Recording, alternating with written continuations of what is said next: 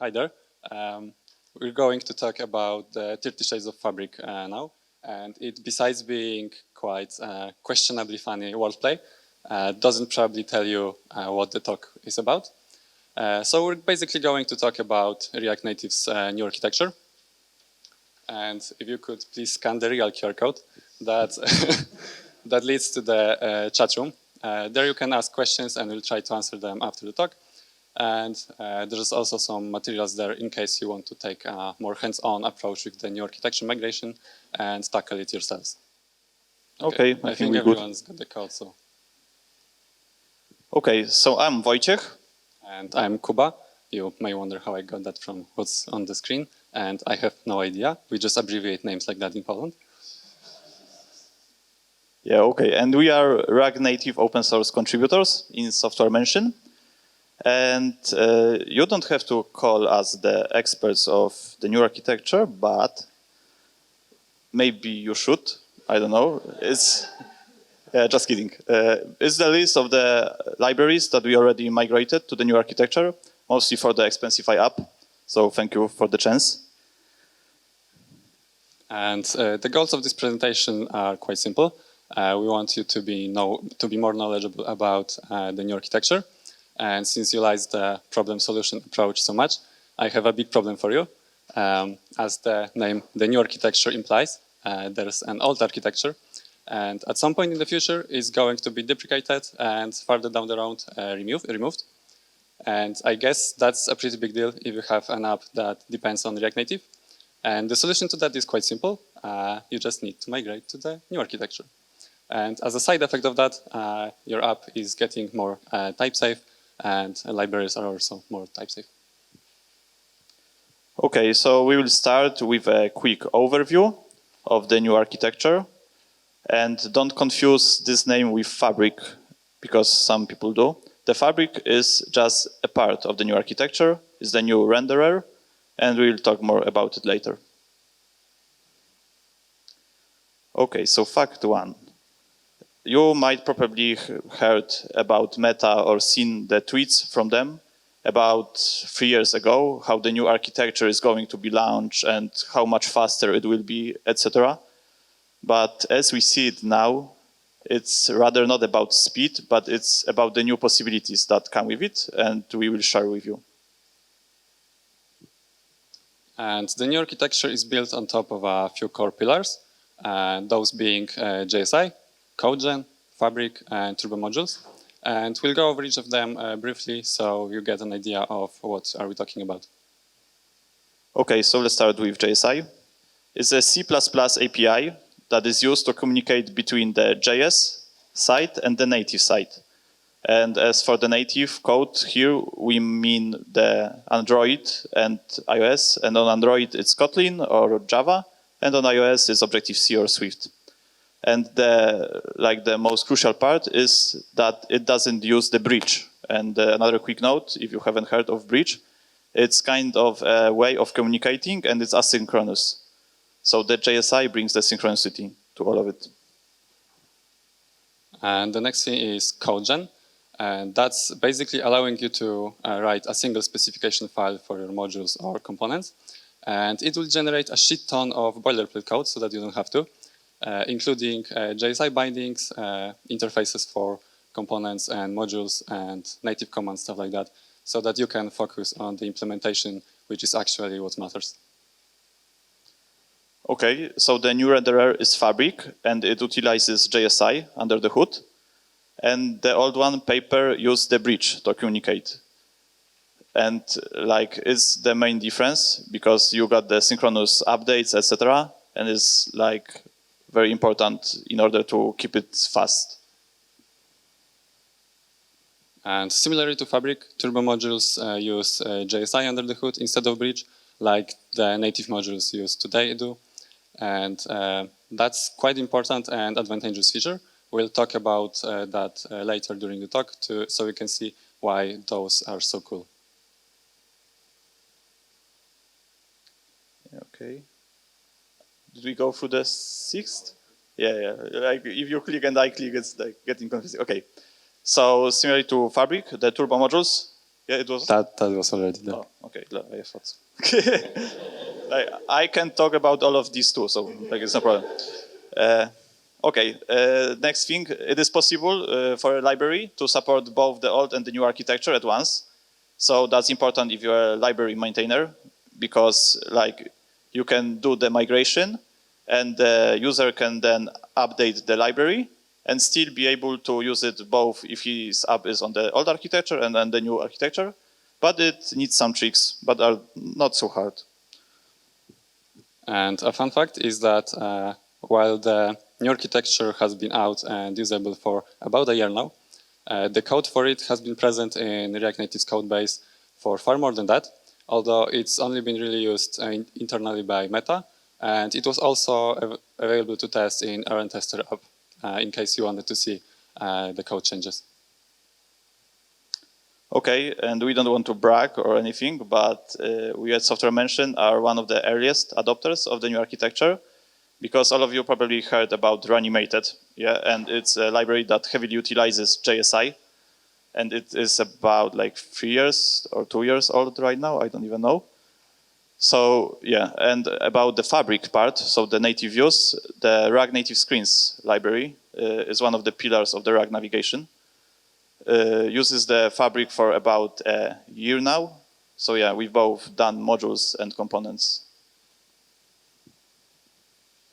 Okay, and moving on to JSI, which is the first pillar. As already mentioned, JSI calls are being synchronous, which is a really big deal. Like Mark already mentioned in his talk on Vision Camera, frame processors wouldn't be possible without JSI. Also, React Native Reanimated heavily utilizes JSI to, for example, copy the objects between runtimes. And another example is React Native Gesture Handler, which uses JSI, although indirectly, to pass event stream to the JS side so that you can react to it quickly and your app feels much more responsive. Okay, so the way the JSI works is by injecting C++ functions and objects called host objects into the JS runtime. So you can use them both on the C++ side and on the JS side too. While on iOS it's quite simple because JSI calls can directly interface with Objective-C++. On Android it's not so shiny because if you want to access platform-specific APIs, those still live in Java. So JSI need to go through JNI, which if you don't know stands for Java Native Interface. And you can basically think of it as JSI but for Java. So it allows for Java to call native code and native code to call Java. And in this case, native code means C or C++. Okay, the fun part is that the bridge can be used alongside JSI, both on the old and the new architecture. Like the example is your app even is on the old architecture right now, and it uses Reanimated, which uses JSI. And all of the other modules and components still use bridge to communicate. So those can be used side by side, and that's the good part. And moving on to CodeGen, as already mentioned, you can use a single specification file to generate all of the native interfaces. And that file can be written either in Flow, which basically no one but Meta uses, or in TypeScript, which has been a sensitive topic lately. But that's more on the library maintainers, so you don't have to worry about that. It's basically covered. Okay, and the sad part is that not all of the type specifications are accepted right now by the CodeGen parser. So, for example, there's a thing called dimension value, and it's a simple union of string and number. And you can see this heavily utilized in, for example, the view component, where you have width prop, and it can either be a number like 200, or it can be a string like 50 percentages. Yeah, and it's not possible in CodeGen right now, so we have to do some dirty hacks in order for this to work. And a nice thing about CodeGen is that basically by existing, it removes an entire category of errors, because as long as you adhere to the specification in the file, you basically enforce type safety between natives and JS side. So, no more undefined is not a function, and good luck debugging those. Okay, now let's jump to Fabric components. And to start with, if you've got the new architecture on and one of the components is not yet migrated to Fabric, you will see a red square with a white text inside it saying that this component is not yet migrated to Fabric. So it's practically impossible to have one of the components not migrated to Fabric, so one of the views not migrated to Fabric, and use the new architecture. So that's the bad part. And also it's possible to migrate apps to Fabric screen by screen, although as you can see, it's not that simple. The catch is that, as we've mentioned before, there are some tricks to support both architectures at once for libraries. And those tricks happen at compile time. And you cannot really compile the same code, at least not that I know of, on Android and on iOS to support both architectures. So if you want to enable the new architecture, you're basically enabling it for the entire app. Okay, and Fabric components have their own method for updating updating props, sorry. And it's kind of good because if you're making all those changes for the codegen to work, all those dirty hacks with props, all of them end up in a separate method called update props. And all of the old architecture props still go through the simple setters. So it's easier to have this interoperability between the architectures with one code.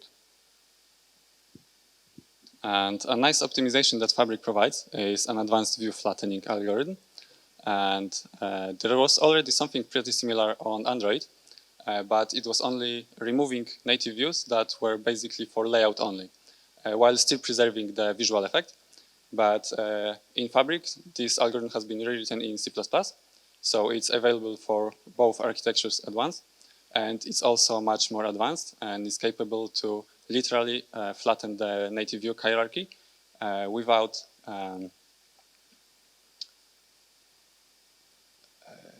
okay, I forgot where I was going.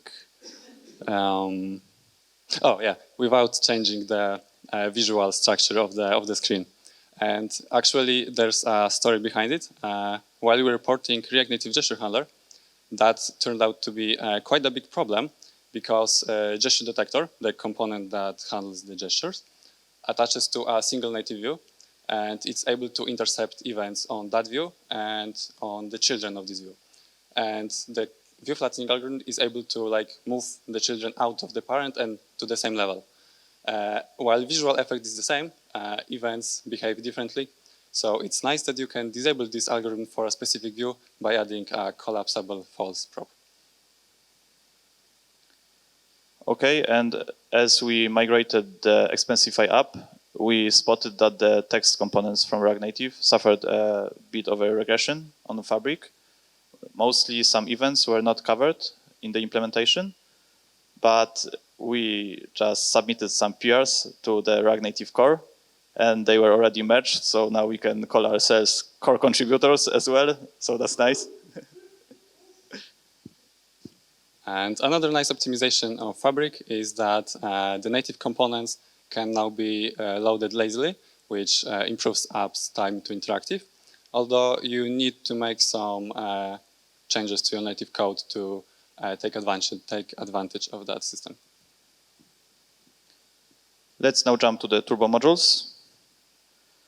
And the good part is that they can be enabled without the Fabric. And it's important because, as we said before, when you've got even one component that is not compatible with Fabric and you want to enable the new architecture, there you will have a red square saying that it's not yet compatible, and you can show something like this to the user. So there are some flags that can enable it, only the turbo modules part. So that's nice. And similarly to components, turbo modules can be loaded lazily. Also, again, improving apps' time to interactive. This was not possible with native modules. And it's also much simpler to configure with turbo modules than with components, because it's basically one flag when defining the module natively. Okay, and as it was in Fabric, there was a separate method for calling the update of the props, and in turbo modules, the same methods are used for calling the methods on the native side, so the interoperability can be a little bit more difficult, because you need to do some tricks like macros in the Objective-C in order to apply all the dirty hacks from the code gen to your library. And it's also possible to implement turbo modules in pure C++, which doesn't give you access to platform-specific APIs, but can be quite useful if you want to implement like some cryptographic stuff or some math-focused stuff, because it allows the native code to utilize CPU much more effectively, like with stuff like vectorization. Okay, and maybe some facts about the future of the new architecture and even of the framework itself. And besides the native interfaces, the codegen in some time will also generate something called static view config. And we won't dig into it too much, but it's another way of optimization of the startup time, because all of the view manager stuff will be generated in the build time, not in the runtime. And also in the future, React Native will introduce something called bridgeless mode, which, as the name suggests, will remove usage of the bridge on the native side.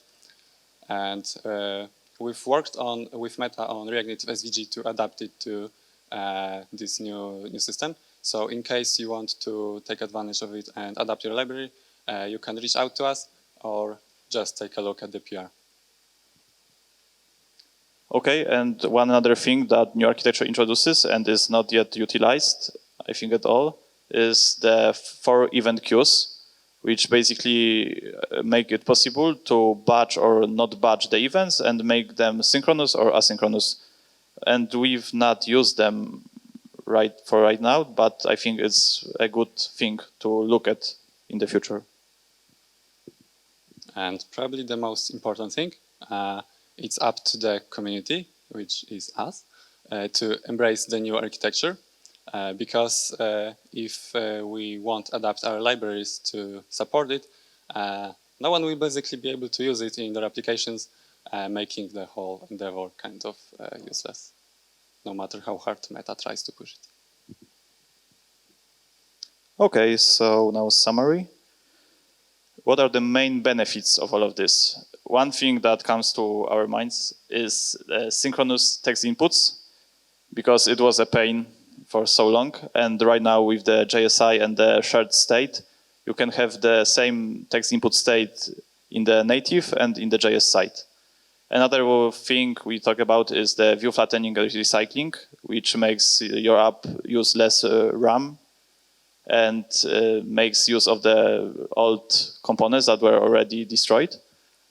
Another thing is the new architecture comes with React 18. And one of the things that are possible there is a concurrency mode. And the old architecture couldn't take any advantage of that.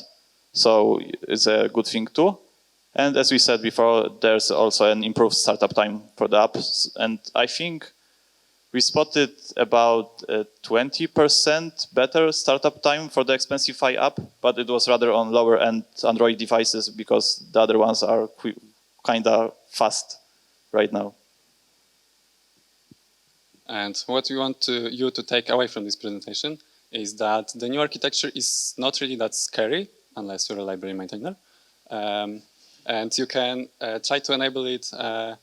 Even today, it's just one flag in, I think, Gradle properties and in pod file.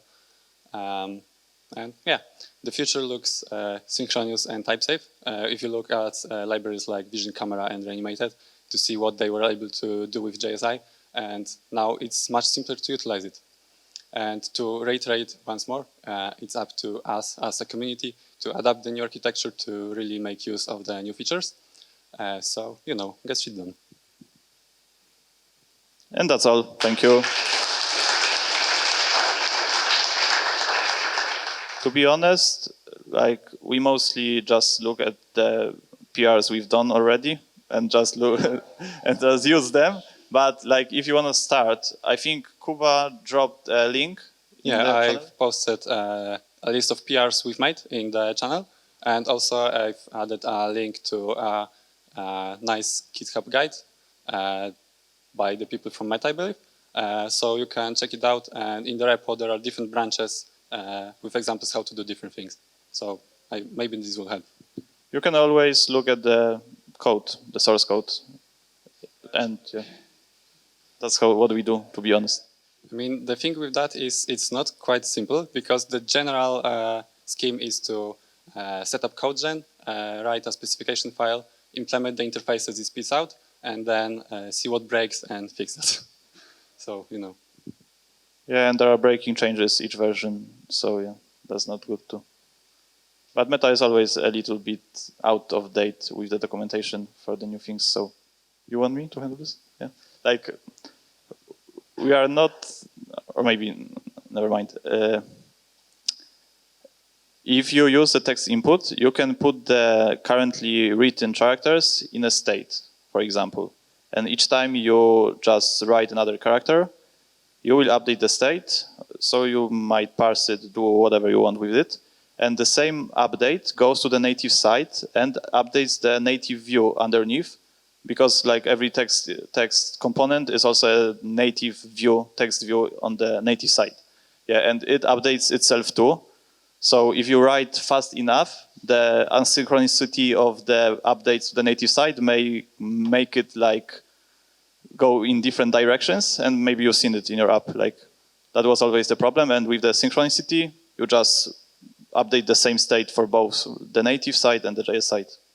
Yeah, like every app runs the, I'm not like expert in it, but every app runs the, like it's got the JS runtime, and underneath it can just execute the C++ code. So if you've got only C++ code, it just doesn't just doesn't touch the platform code. I mean, there are some, like, I know for Objective-C there are many optimizations just to the GPU level, etc., that are available in the platform-specific classes, etc.